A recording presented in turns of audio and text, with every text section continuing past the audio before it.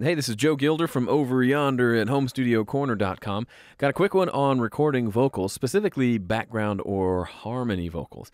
I got hired to sing on this demo, and so I set up a new mic I have. It's an MXL 4000 something, a couple $100 mic. Hadn't sung through it before.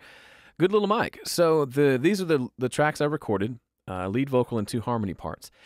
And these are with no plugins, no anything. This is just the raw track. So here's what the lead vocal sounds like in the mix. Probably think it wouldn't last. You always worry about the past. So good, upfront, warm, thick, although, whatever. Lead vocal sounds good. And then when you think about doing harmonies, if you're singing or if you're having a vocalist come into your studio, you tend to say, okay, now sing the harmony, right, into the same microphone we have set up. And it makes sense. Now, I'm not going to tell you to go set up a different microphone. You can, and maybe that makes sense. But in general, I feel like that might be a waste of time. But what you can do is have the singer back up a step. So in this one, I was probably 6 inches away from the mic for the lead vocal part.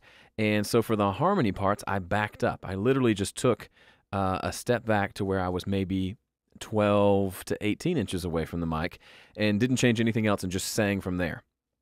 And what that did is it took away some of that proximity effect that was happening. And so, because a harmony vocal, you tend to not want it to be as thick as the lead. You want it to sit on top of the lead nicely. You can do that with EQ in the mix, which is fine, but it's nice to capture that on the front end. You know how I talk about getting it right at the source. This is a great way to do that, and suddenly the parts will mix and blend together without you needing to do much else to them, which is always a good place to be. Yes, if I was mixing this, I would EQ and compress and do all those things, but right out of the bat with no processing on them at all, it already sounds pretty good.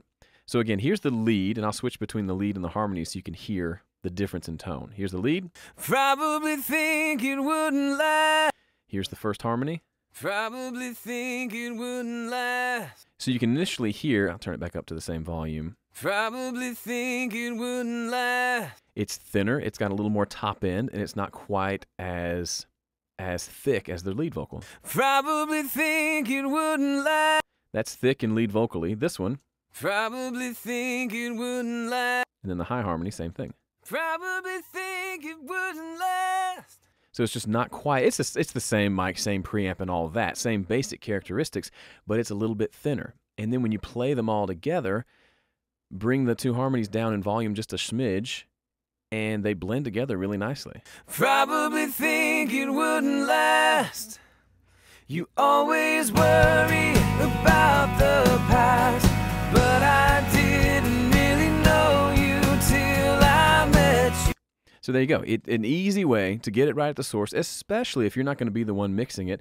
You want to put your little stamp on it and make sure it doesn't have too much thickness in the background vocals.